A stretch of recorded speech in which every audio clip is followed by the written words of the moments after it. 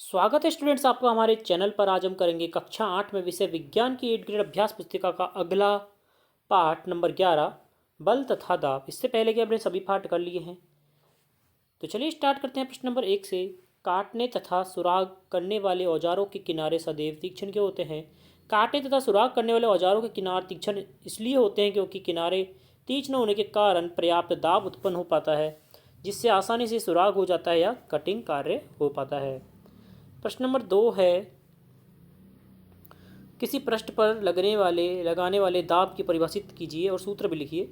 किसी पृष्ठ के एकांक क्षेत्रफल पर लगने वाले बल को दाब कहते हैं। दाब का फॉर्मूला होता है दाब बराबर बल बटे क्षेत्रफल। बल लगाने पर किसी वस्तु में क्या क्या परिवर्तन हो सकता है? किसी वस्तु के विराम अवस्था से गति में ला सकते हैं, गतिशील वस्तु की चाल में परिवर्तन कर सकते हैं, गतिशील वस्तु की दिशा में परिवर्तन और वस्तु की आकृति में परिवर्तन कर सकते हैं। प्रश्न नंबर 4 है, जब किसी गुब्बारे को फुलाते हैं तो गुब्बारे के मुंह को क्यों बंद करना पड़ता है? क्योंकि जब गुब्बारा फूलता है तो गुब्बारे के अंदर वायु प्रत्येक दिशा में दाब डालती है। यदि गुब्बारे का मुंह बंद नहीं किया गया तो वायु बाहर निकलेगी और गुब्बारा फूल नहीं पाएगा। प्रश्न 5 देखिए, निम्नलिखित सारणी में वस्तु की स्थिति के समकक्ष कार्य को अपकर्षण व अभिकर्षण में व्यक्त करना है। मेज पर रखी पुस्तक को गतिशील बनाना क्या हो जाएगा? धक्का देना, खींचना, उठाना, फेंकना।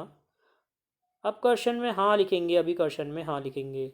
दरवाजे को खोलना या बंद करना, धक्का खींचना, हाँ लिखेंगे दोनों में। कुएं से बाल्टी खींचना, खींचना हो जाएगा नहीं और हाँ। फुटबॉल के खिलाड़ी का पेनल्टी टिक लेना, पेनल्टी टिक लेना, इसमें क्या आएगा? प्रहार करना आएगा बच्चों, प्रहार करना, जो प्रहार करना है वह आएगा।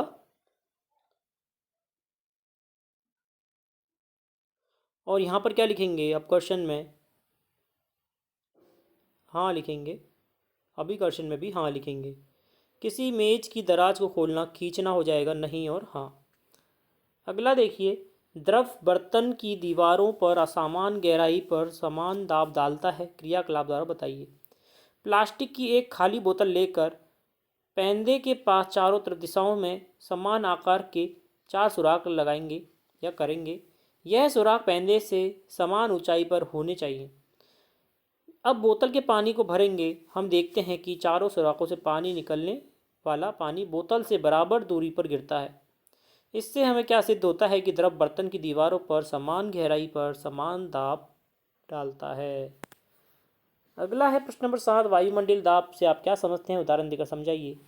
वायुमंडलीय दाब, वायुमंडल में फैली वायु द्वारा लगाए गए दाब को वायुमंडलीय दाब कहते हैं। जैसे कि उदाहरण हो जाएगा, जर्मनी के एक वैज्ञानिक ने 51 सेंटीमीटर व्यास की 2 धातु की के खोखले अर्धगोले लिए। उन गोलों को एक साथ जोड़कर उनके बीच वायु निकाल दी तथा प्रत्येक अर्धगोले पर 8-8 घोड़े विपरीत दिशा में खींचकर अलग करने के लिए लगाए, परंतु वायु का दाब इतना अधिक था कि इतने घोड़े अर्धगोले को अलग नहीं कर पाए।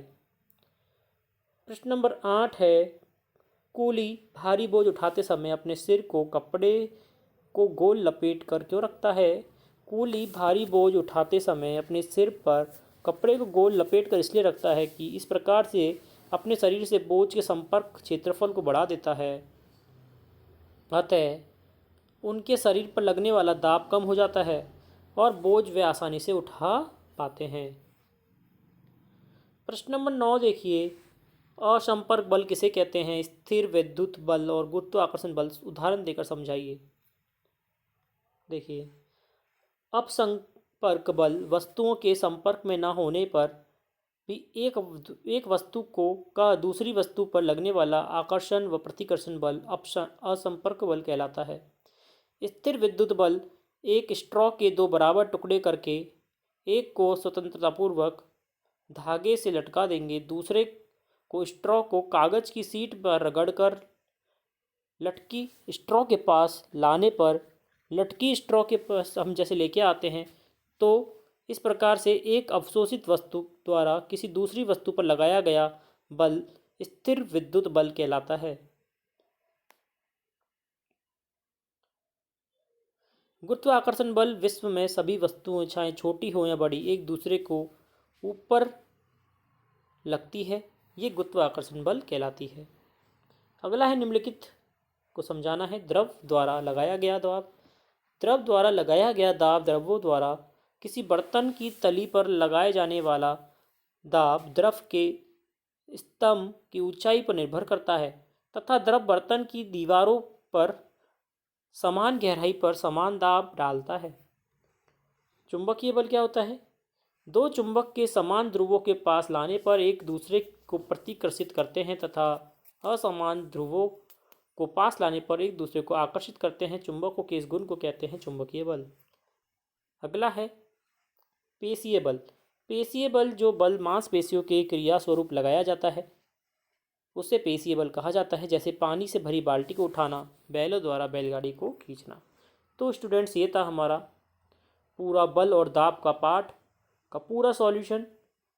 आपके लिए काफ़ी डिटेल में हमने हर एक प्रश्न को सॉल्व किया है। आपकी एनसीईआरटी की जो आपकी किताब है उसी में से, तो बिल्कुल सटीक और सही है, तो आप पूरा कर पाएंगे आसानी से और अच्छे से अच्छे मार्क्स ला पाएंगे। धन्यवाद।